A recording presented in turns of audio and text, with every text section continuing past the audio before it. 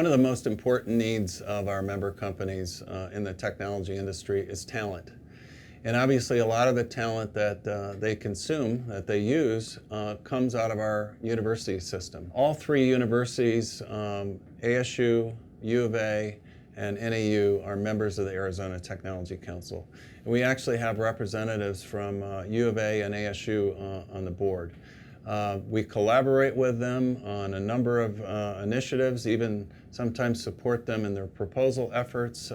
They participate in our conferences and programs as speakers and exhibitors.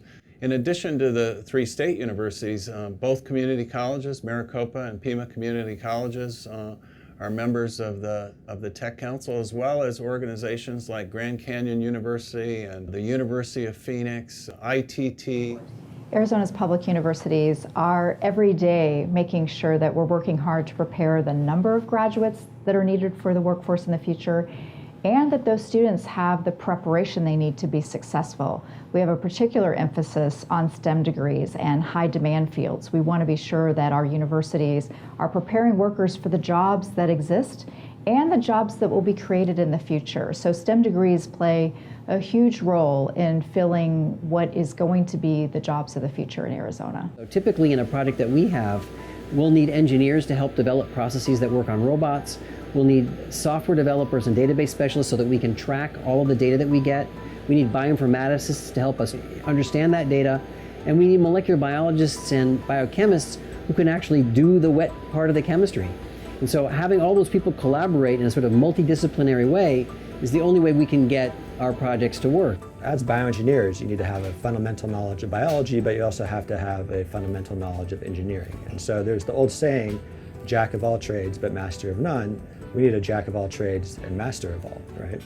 And so the students that typically work in the lab have an engineering background, but along the way, they've either by working in the lab or other training, they've picked up a biological background as well. And the hope is, from the student perspective, that they acquire all these skills that they potentially couldn't acquire elsewhere, and that makes them attractive to go on to postdoctoral fellowships if they're graduate students, or jobs in industry, or if they're undergrad students, go on into industry as well as grad school. So the students that do the research are really an integral part of what we do. I like to think of myself as sort of the coach of the team, and the students are sort of the athletes that perform and actually do the research. Most of the students that come to my group, they're very intelligent, they have a very strong math, engineering background. They come from all over the world. We have students from Mexico, from India, from China, from Europe. And so we're very fortunate to have a very diverse group of students who bring a very diverse set of qualities to this kind of research. Arizona's public universities have extensive outreach programs to make sure that students in K-12 know about career opportunities in STEM fields, and they have the chance to meet early on leaders and scientists in STEM research areas. That starts as early as middle school, where students have a chance to partner up with researchers and learn more about what life is like being a scientist or working in a scientific endeavor.